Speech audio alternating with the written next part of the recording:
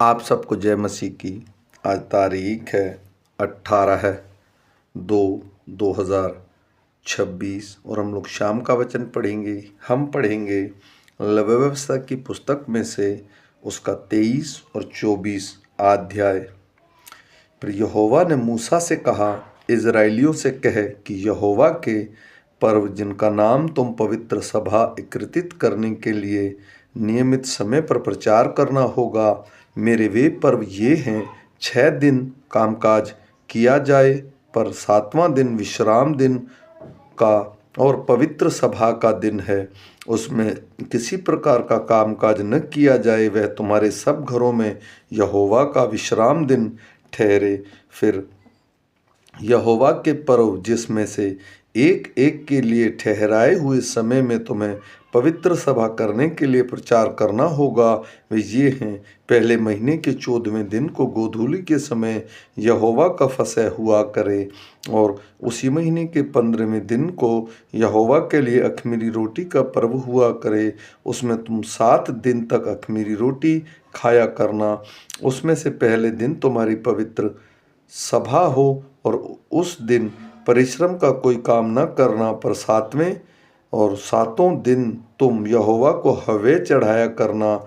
और 7वें दिन पवित्र सभा हो, उस दिन परिश्रम का कोई काम न करना। फिर यहोवा ने मूसा से कहा, इज़राइलियों से कह कि जब तुम उस देश में प्रवेश करो जिसे यहोवा तुम्हें देता है, और उसमें से खेत काटो, तब अपने अपने पक्के खेत की पहली उपज का पूला याजक के पास ले आया करना, और वह उस पूले को यहोवा के सामने हिलाए कि वह तुम्हारे निमित्त ग्रहण किया जाए।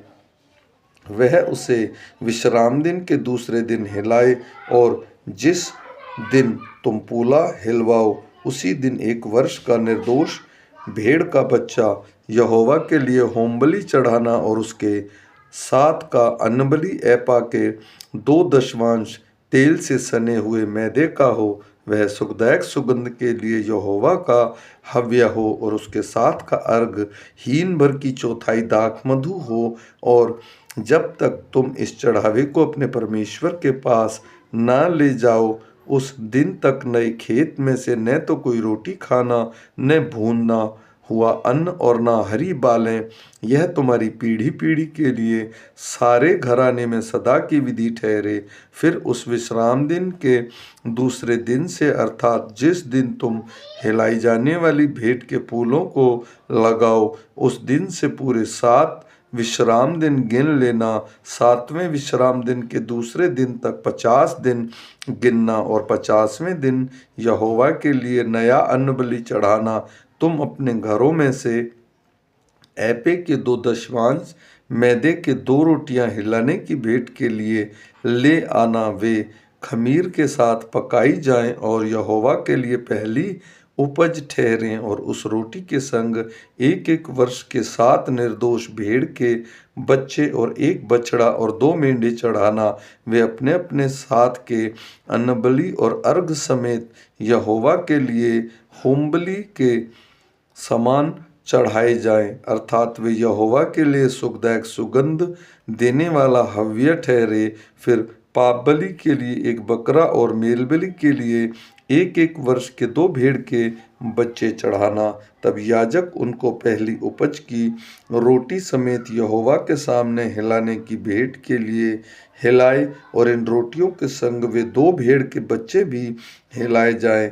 वे यहोवा के लिए पवित्र और याजक का भाग ठहरें। और तुम उसी दिन यह प्रचार करना कि आज हमारी एक पवित्र सभा होगी, और परिश्रम का कोई काम न करना। यह तुम्हारे सारे घराने और तुम्हारी पीढ़ी पीढ़ी में सदा की विधि ठहरे। जब तुम अपने देश में से खेत काटो, तब अपने खेत के कोनों को पूरी रीति से न काटना, और खेत में गिरी हुई बालों को न इकट्ठा करना। उसे दीनहीन और परदेशी के लिए छोड़ देना। मैं तुम्हारा परमेश्वर यहोवा हूँ।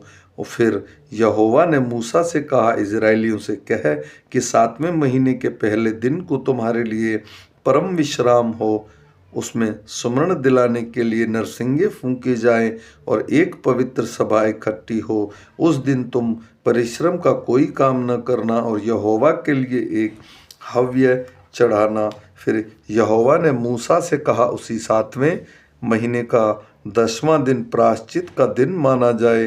वह तुम्हारी पवित्र सभा का दिन होगा और उसमें तुम अपने अपने जीव को दुख देना और यहोवा के लिए हव्य चढ़ाना। उस दिन तुम किसी प्रकार का कामकाज न करना, क्योंकि वह प्रायश्चित का दिन नियुक्त किया गया है, जिसमें तुम्हारे परमेश्वर यहोवा के सामने तुम्हारे लिए प्रायश्चित किया जाएगा।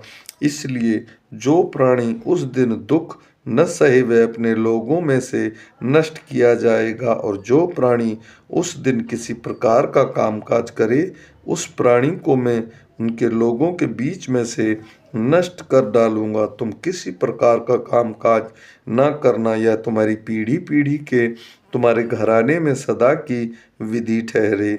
वह दिन तुम्हारे लिए परम विश्राम का हो, उसमें तुम अपने अपने जीव को दुख देना और उस महीने के 9वें दिन को सांझ से लेकर दूसरी सांझ तक अपना विश्राम दिन माना करना। फिर यहोवा ने मूसा से कहा, इज़राइलियों से कह कि उसी 7वें महीने के 15वें दिन से 7 दिन तक यहोवा के लिए झोपड़ियों का पर्व रहा करे।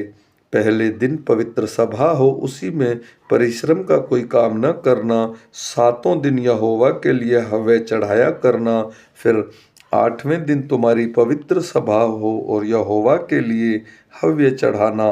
वह सभा का दिन है और उसमें परिश्रम का कोई भी काम न करना। यहोवा के निमित्त पर्व ये ही है। इसमें तुम यहोवा को हव्य चढ़ाना अर्थात होम बलि, अन्न-बलि, मेल बलि और अर्घ प्रत्येक अपने अपने नियत समय पर चढ़ाया जाए और पवित्र सभा का प्रचार करना। इन सबों से अधिक यहोवा के विश्राम दिनों को मानना और अपनी भेंटों और सब मन्नतों को, स्वच्छ बलियों को जो यहोवा को अर्पण करेंगे चढ़ाया करना। फिर 7वें महीने के 15वें दिन को जब तुम देश की उपज को इकट्ठा कर चुको, तब 7 दिन तक यहोवा का पर्व मनाना। पहले दिन परम पवित्र हो और 8वें दिन परम विश्राम हो। और पहले दिन तुम अच्छे अच्छे वृक्षों की उपज और खजूर के पत्ते और घने वृक्षों की डालियां और नालों में से मजनू लेकर उनको परमेश्वर यहोवा के सामने 7 दिन तक आनंद करना।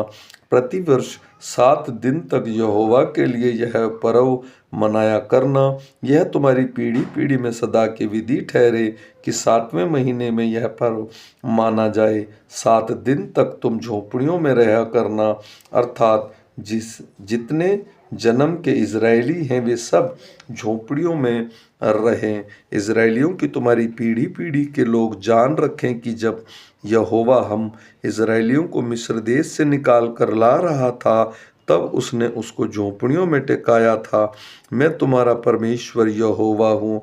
और मूसा ने इज़राइलियों को यहोवा के पर्व के नियत समय पर सुनाया। फिर यहोवा ने मूसा से कहा, इज़राइलियों को यह आज्ञा दे कि मेरे पास उजियाला देने के लिए कूट से निकला हुआ जैतून का निर्मल तेल ले आना कि दीपक नृत्य जला रहे। हारून उसको मिलाप वाले तंबू में साक्षी पत्र के बीच वाले पर्दे से बाहर यहोवा के सामने नित्य सांझ से भोर तक सजा कर रखे और तुम्हारी पीढ़ी पीढ़ी के लिए सदा की विधि ठहरे। वह दीपकों के स्वच्छ दीवट पर यहोवा के सामने नित्य सजाया करे। तू मैदा लेकर 12 रोटियां पकवाना, प्रत्येक रोटी में एपे का तो दशमांश मैदा हो।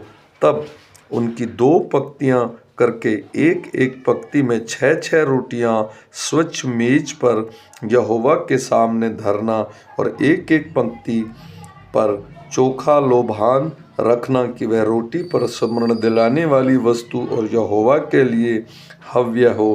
प्रति विश्राम दिन को वह उसे नृत्य यहोवा के सम्मुख क्रम से रखा करे। यह सदा की वाचा की रीति इज़राइलियों की ओर से हुआ करे और वह हारून और उसके पुत्रों की होगी और वे उसको किसी पवित्र स्थान में खाएं, क्योंकि वह यहोवा के हव्यों में सदा की विधि के अनुसार हारून के लिए परम पवित्र वस्तु ठहरी है।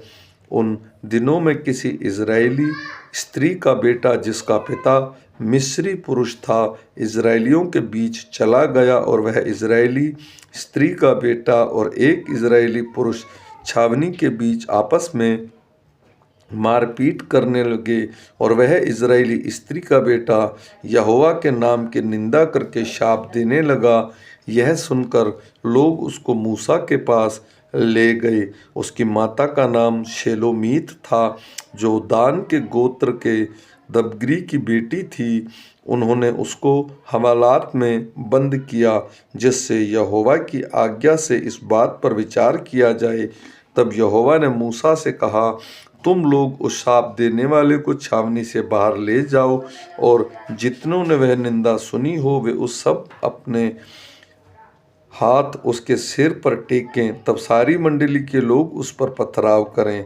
और तू इज़राइलियों से कह कि कोई क्यों न हो जो अपने परमेश्वर को श्राप दे, उसे अपने पाप का भार उठाना पड़ेगा। यहोवा के नाम की निंदा करने वाला निश्चय मार डाला जाए। सारी मंडली के लोग निश्चय उस पर पथराव करें, चाहे देसी हो चाहे परदेसी। यदि कोई उस नाम की निंदा करे तो वह मार डाला जाए। फिर जो कोई किसी मनुष्य को प्राण से मारे वह निश्चय मार डाला जाए। जो कोई किसी घरेलू पशु को प्राण से मारे वह उसे भर दे, अर्थात प्राणी के बदले प्राणी दे। फिर यदि कोई किसी दूसरे को चोट पहुँचाए तो ऐसा उसने किया हो वैसा ही उसके साथ भी किया जाए, अर्थात अंग भंग करने के बदले अंग भंग किया जाए। आँख के बदले आँख और दांत के बदले दांत। जैसी चोट जिसने किसी को पहुँचाई हो वैसे ही उसको भी पहुँचाई जाए। पशु को मार डालने वाला उसको भर दे, परंतु मनुष्यों को मार डालने वाला मार डाला जाए। तुम्हारा नियम एक ही हो, जैसा देशी के लिए वैसा ही परदेशी के लिए भी हो। मैं तुम्हारा परमेश्वर यहोवा हूँ। अतः मूसा ने इज़राइलियों को यह समझाया। तब उन्होंने उस शाप देने वाले को छावनी से बाहर ले जाकर उस पर पथराव किया, और इज़राइलियों ने वैसा ही किया जैसा यहोवा ने मूसा को आज्ञा दी थी। आमीन।